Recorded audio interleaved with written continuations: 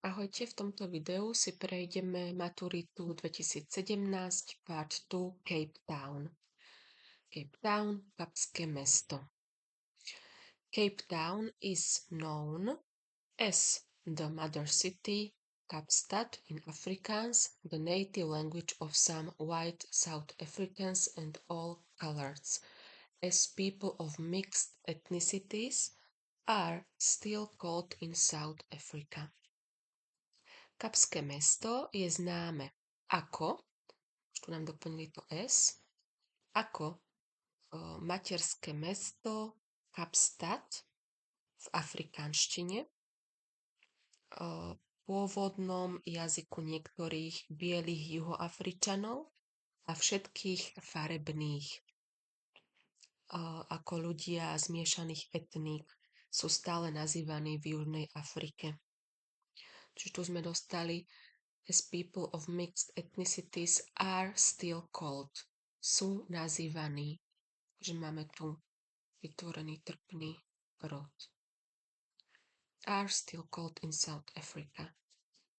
It developed from the Dutch language spoken by the first Dutch settlers. Vyvinula sa z holandského jazyka, hovoreným prvými holandskými osadníkmi. Takže tu doplníme D. A prečo D? It developed from the Dutch language. Holandsko, Dutch, má so sebou vlastne tento určitý člen. Určité slova, určité podstatné mená majú pri sebe ten určitý člen D.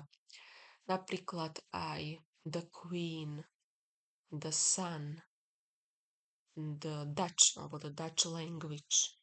Sú určité slova, ktoré majú vždy iba tento určitý člen. Nemajú člen E. A väčšinou sú to teda slova, ktoré označujú iba nejakú tú jednu vec, ktorá je. The Queen, áno, keď bola ešte kráľovná, v Anglicku iba jedna. Teraz už the King. The Sun, jedno slnko. The Dutch language, alebo the Dutch, jedno Holandsko. Takže D. In 1652, Cape Town's history began in Table Bay, where ships from the Dutch East India Company had arrived. V roku 1652 história kapského mesta začala v Table Bay, kde alebo kam prišli lode z holandskej spoločnosti východnej Indie. A to je vlastne to had arrived, kam prišli. Takže tu máme predminulý čas kvôli tomu, že keď sa na to pozrieme, začala tá história, ale tie lode, vlastne najskôr prišli tie lode a potom začala tá história kapského mesta. Potom vzniklo to kapské mesto. Tu už nám napovedá to began a napovedá nám tento rok. Keď je tam presne určený rok, tak áno, začala vtedy, keď prišli tie lode na to územie. Takže musí tam byť predminulý. Nemôže tam byť iba predprítomný. The Dutch company had a contract to do colonial business, including slavery in Asia and Africa. Holandská spoločnosť mala zmluvu, že vykonávať ten biznis s kolóniami, zahrňujúc otroctvo v Ázii a Afrike. It was the first multinational corporation. Bola to prvá multinárodná korporácia. Cape Town was developed by the Dutch as a supply station for ships sailing for the Far East. Takže kapské mesto bolo vyvinuté Holanďanmi ako taká zásobovacia stanica pre lode plaviace alebo teda, ktoré išli na ďaleký východ. Today, the city is the second biggest city of South Africa alebo in. Of alebo in. Second only to Johannesburg. Dnes je toto mesto druhé najväčšie mesto v Južnej Afrike, druhé iba je druhé najväčšie, takže druhé po Johannesburgu. It's home to alebo for people of many different nationalities speaking many different languages. Je domovom pre ľudí s veľa národnosťami, hovoriacimi rozdielnymi jazykmi. There are many reasons why Cape Town is the most popular tourist destination in the whole of Africa. Why? A tu sme si myslím ešte nepovedali. Toto som vám nepovedala, takže druhé najväčšie mesto Južnej Afriky. Takže Južnej Afriky, hej, privlastňovanie, takže buď of, alebo v Južnej Afrike. In.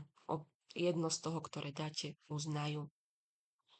It's home to people, alebo it's home for people. Domovom pre ľudí. For people je také, myslím, najčastejšie, ale aj home to takisto je možné. Je veľa dôvodov, prečo je Kapské mesto najpopulárnejšia turistická destinácia v celej Afrike. Takže veľa dôvodov. Why? Jedine to why.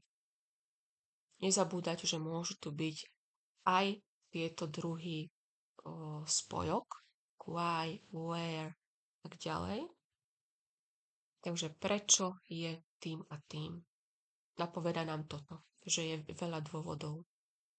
Jasne, why.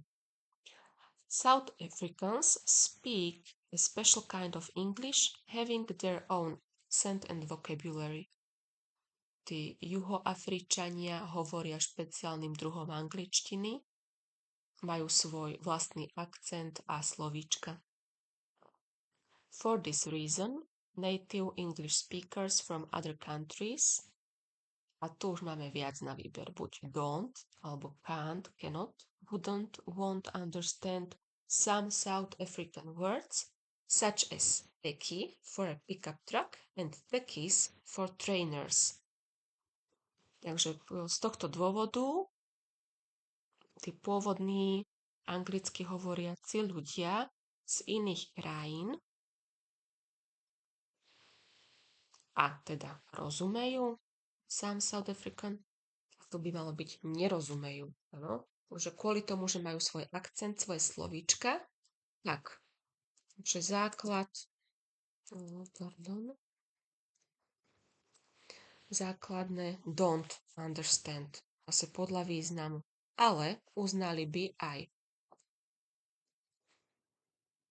can't, alebo teda cannot,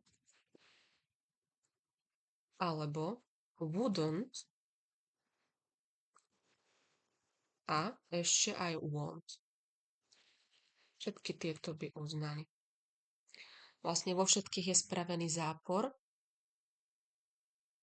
Don't understand, can't understand, wouldn't understand, won't understand. Takže tí anglicky hovoriaci nerozumejú, alebo by nerozumeli. Áno, to dá sa podmienka spraviť. Some South African words. Niektorým juhoafrickým slovám such as, tak ako. No tak, alebo napríklad, hej, môžem povedať napríklad Becky pre pickup truck, čo je vlastne ten pickup, takéto trošku väčšie auto, and tekkies for trainers, tekkies pre tenisky. Dobre, prešli sme si celý textík. Pokiaľ máte ešte nejaké otázky, kľudne môžete písať do komentára pod video a ja vám budem držať palce na maturite. Ahojte.